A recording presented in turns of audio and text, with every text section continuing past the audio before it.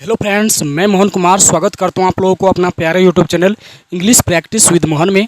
Friends, आज की class ये क्लास 12 के लिए है, जो कि हम यहां पे 40 मार्क्स का जो क्लास 12 में जो बुक से पूछे जाएंगे ऑब्जेक्टिव क्वेश्चन, उसी को हम लोग पढ़ने वाले हैं।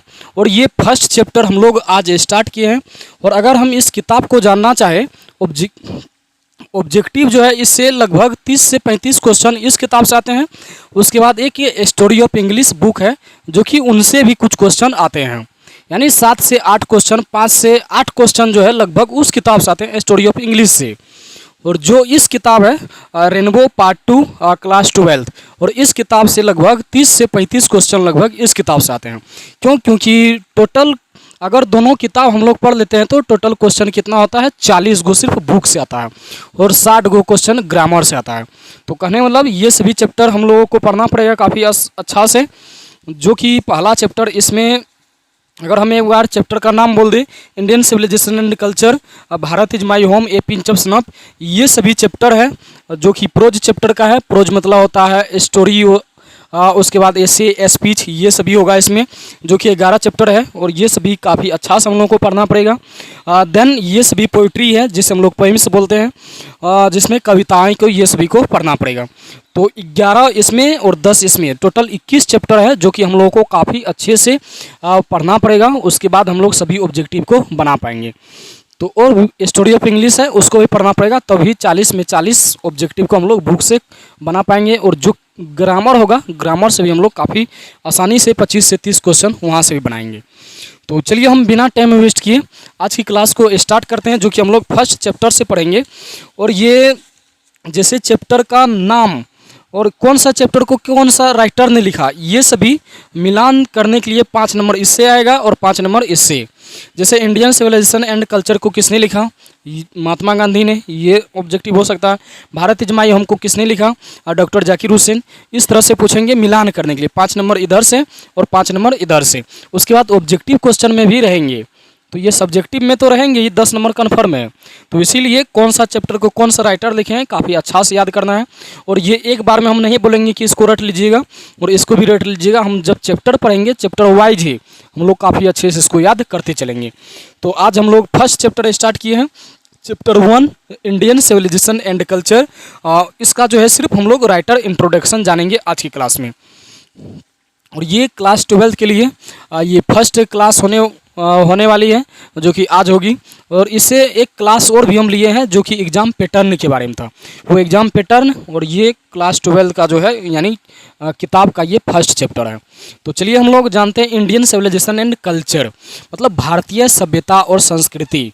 तो इस चैप्टर में हम लोग यही जानेंगे कि भारतीय सभ्यता और संस्कृति किस तरह से थी और किस तरह से है और किस तरह से हम लोगों को बना करके रखनी चाहिए, जो कि ये महात्मा गांधी के अनुसार होगा।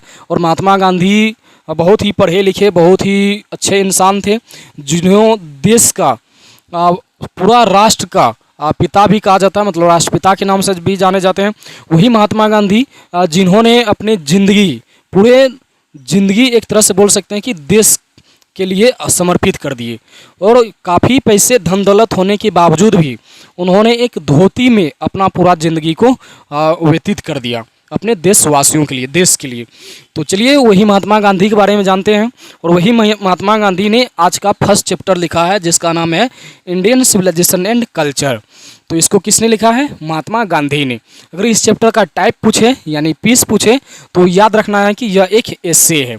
एस्से मतलब होता है निबंध, तो ये एक क्या है, निबंध है। लेकिन इंग्लिश है तो इसको इंग्लिश में याद रखना है कि यह एक क्या है, एस्से है। इंडियन सिविलाइजेशन एंड कल्चर का टाइप क्या है, एस्से। और इस एस्से को किसने लिखा है, महात्मा गांधी ने। मोहनदास करमचंद गांधी, और जो ये पहला है 1869 टू 1948, ये पहला जो होता है ये जन्म होता है, उसके बाद जो बाद में होता है वो निधन होता है। तो ये मोहनदास करमचंद गांधी बोर्न इन 1869, मतलब 1869 में जन्म हुआ था, 1948 में इसका निधन हुआ था। ये सभी को पता होगा। पॉपुलरली नोन एज बापू, मतलब ये पॉपुलर है, मतलब जाने जाते हैं बापू के नाम से भी, the father of the nation, और साथ ही साथ इसे राष्ट्रपिता के नाम से भी जानते हैं। Was more a spiritual leader than a politician. और ये पॉलिटिशियन तो थे ही, लेकिन पॉलिटिशियन के साथ साथ यह एक आध्यात्मिक नेता भी थे। पॉलिटिशियन होता है जो सिर्फ पॉलिटिक्स करता है, मतलब अपने वोट बैंक बनाते हैं, मतलब जो सिर्फ राजनीतिक होता है, मतलब पॉलिटिक्स का भागीदारी होते हैं, वो पॉलिटिशियन हुआ। लेकिन स्पिरिचुअल लीडर क्या होता है कि जो अध्यात्म से जुड़े हो, जो फीलिंग्स को समझे, मतलब जो अध्यात्म से, जो भगवान के, जो आत्मा के बारे में जाने, जो सच्चा हो, ये सभी होता है स्पिरिचुअल लीडर, मतलब ये अध्यात्म से रिलेटेड होता है। तो ये पॉलिटिशियन थे, मतलब राजनेता थे, और नेता से ज़्यादा ये क्या थे, स्पिरिचुअल लीडर, मतलब आध्यात्मिक नेता भी थे। He successfully used truth and non violence. और ये जो है अपना सफलतापूर्वक यूज किया था cheap weapons against the British rule. और ब्रिटिश रूल के खिलाफ में, मतलब अगेंस्ट में, विरोध में चीप वेपन्स ये यूज किया था। मुख्य हथियार जो कि इसका दो है, ट्रूथ एंड नॉन वायलेंस, मतलब सत्य और अहिंसा। तो इसको इंग्लिश में याद रखेंगे, ट्रूथ एंड नॉन वायलेंस। जो कि ब्रिटिश सरकार, मतलब यहाँ पे हम लोगों को जो बंदी बनाए थे, मतलब गुलाम बना करके रखे थे, उसको आज़ादी दिलाने के लिए इसका मुख्य हथियार क्या था, सत्य और अहिंसा, यानी truth and non violence. British rule in India and helped India gain independence. जो कि आज़ादी दिलाने के लिए क्या हुआ, ये मदद किया था। मतलब इसका हथियार कोई बंदूक, गोली बारूद, बम, ये सभी नहीं था, बल्कि इसका हथियार क्या था, सत्य और अहिंसा, मतलब ट्रूथ एंड नॉन वायलेंस इसका चीफ वेपन्स था। किसका, महात्मा गांधी का। वही महात्मा गांधी जिसे हम लोग प्यार से बापू भी बोलते हैं। नेक्स्ट देखते हैं, फ्रॉम 1915 टिल 1948, मतलब 1915 से 1948 तक। ये सभी ऑब्जेक्टिव है, आप लोग याद रखिएगा। 1915 से 1948 तक ही कम्प्लीटली डोमिनेटेड इंडियन पॉलिटिक्स। मतलब 1915 से 1948 तक अपने जीवन को पूरा योगदान कर दिया इंडिया की पॉलिटिक्स के लिए, मतलब भारतीय सभ्यता और संस्कृति के लिए, मतलब जितना भी हो सकता था ये अपने भारत के लिए, ये सब कुछ जो है अपने जीवन को जो है पूरी तरह से योगदान दे दिया, मतलब समर्पित कर दिया 1915 से लेके 1948 तक। He died at the hands of A fanatic on 30 जनवरी 1948। और इसका हत्या किया जाता है एक कट्टर व्यक्ति के हाथों 30 जनवरी 1948 को।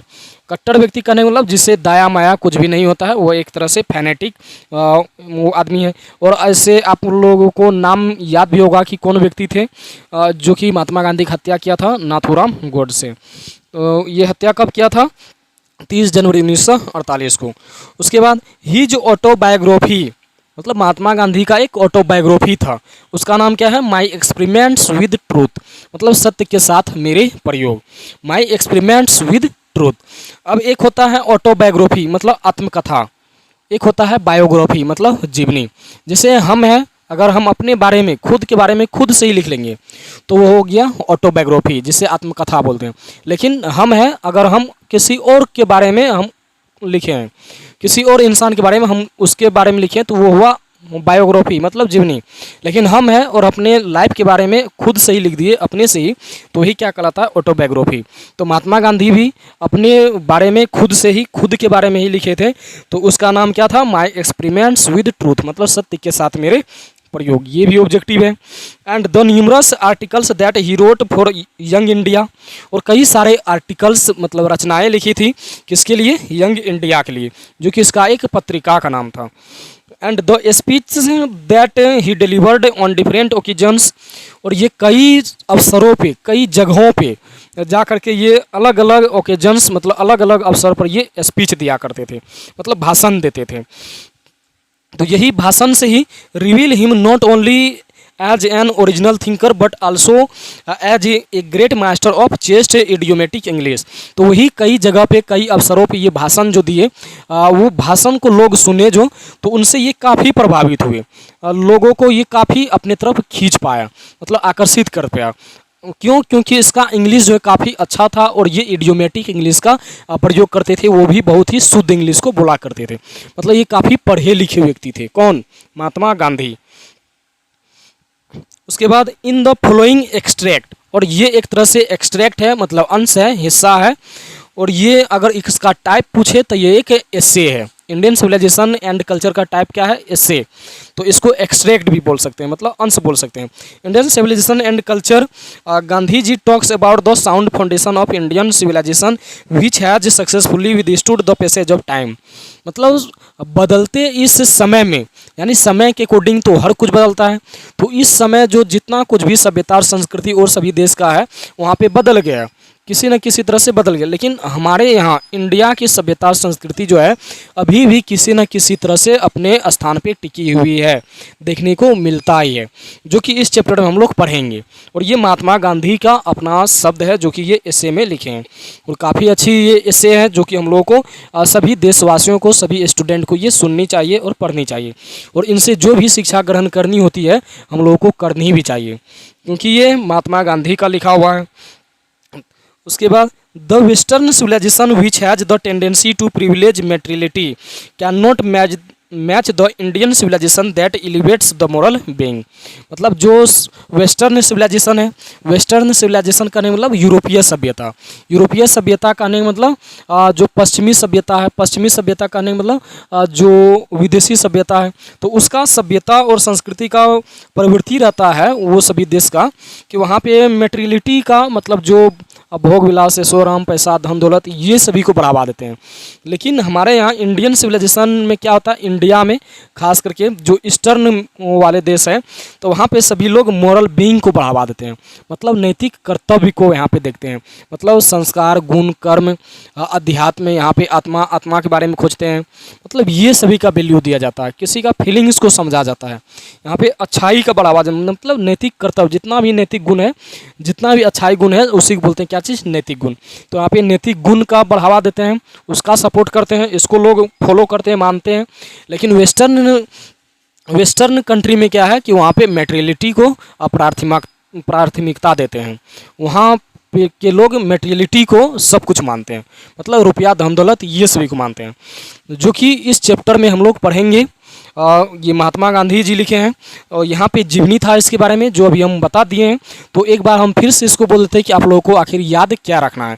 तो ये फर्स्ट क्लास था, तो इसीलिए हम थोड़ा स्पीड में इसको खींच लिए हैं, क्योंकि ये वीडियो जो है हम समय से जस्ट 10 ये आधा घंटा पहले शूट कर रहे हैं, इसीलिए थोड़ा ये स्पीड में है।